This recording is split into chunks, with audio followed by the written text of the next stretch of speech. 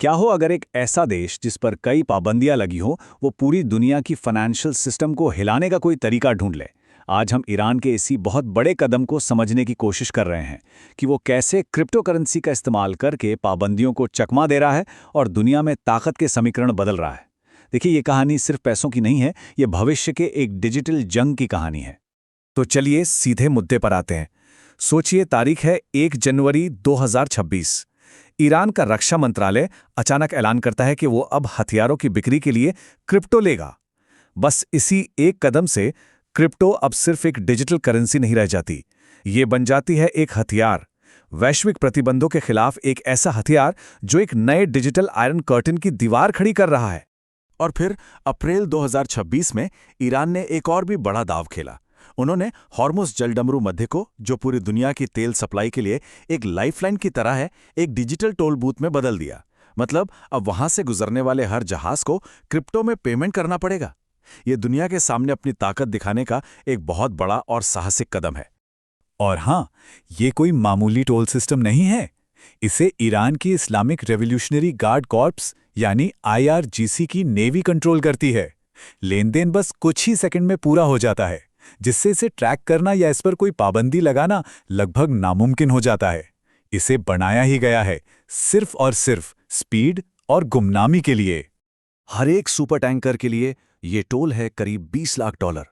और सबसे बड़ी बात, ये सारा पैसा अमेरिकी डॉलर सिस्टम से पूरी तरह बाहर है। मतलब ईरान की सरकार के लिए कमाई का एक जबरदस्त नया जरिया, जो सीधे सीधे डॉलर के दबदबे को चुनौती दे रहा है।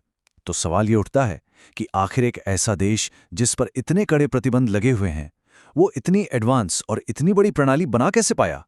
इसका जवाब एक बहुत ही सोची समझी और सरकार की मदद से चल रही व्यवस्था में छिपा है, जिसे बनाया ही पाबंदियों से बचने के लिए गया है। चलिए इस मशीन के दो सबसे जरूरी हिस्सों पर नजर डालते हैं। पहला है इस्लामिक रेवोल्यूशनरी गार्ड कॉर्प्स यानी IRGC। 2025 के अंत तक ईरान के क्रिप्टो इकोसिस्टम पर इनका लगभग पूरा कब्जा था।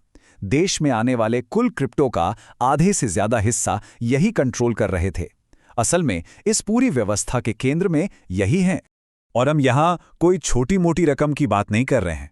अकेले 2025 में IRGC ने $3 बिलियन से भी ज्यादा की क्रिप्टो का लेन देन किया, और इस पैसे का सीधा इस्तेमाल हिजबुल्लाह और हमास जैसे गुटों को फंड करने, गैरकानूनी तरीके से तेल बेचने और फौजी साजो सामान खरीदने में किया गया। मतलब ये क्रिप्टो सीधे तौर पर संघर्ष को हवा दे रहा है।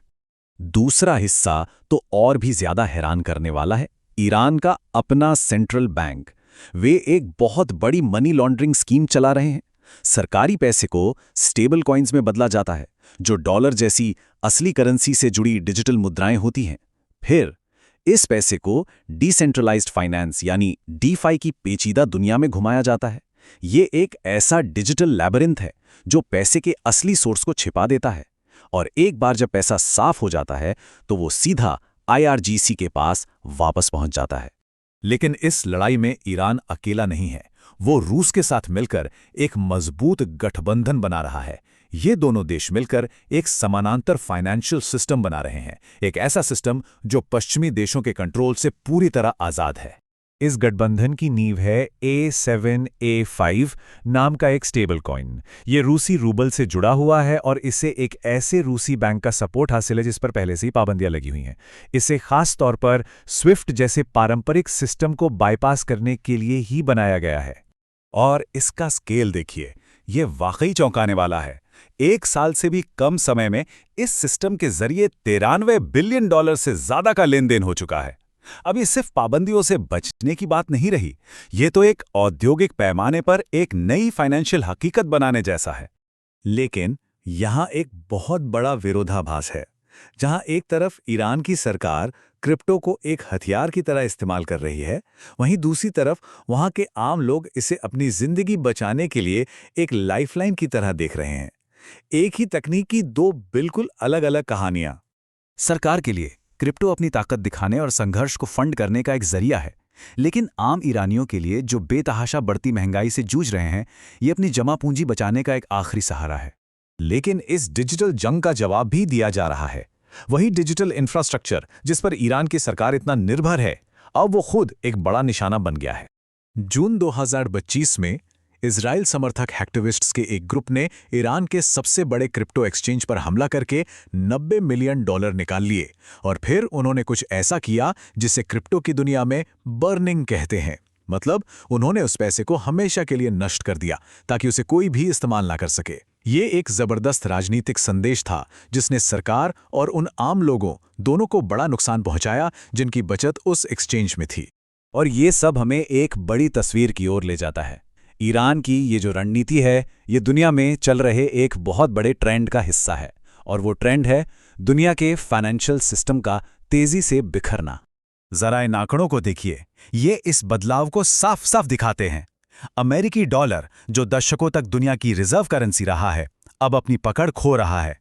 वैश्विक भंडार में उसकी हिस्सेदारी 1999 में 71% थी, जो 2026 की शुरुआत तक गिरकर सिर्फ 57% रह गई है।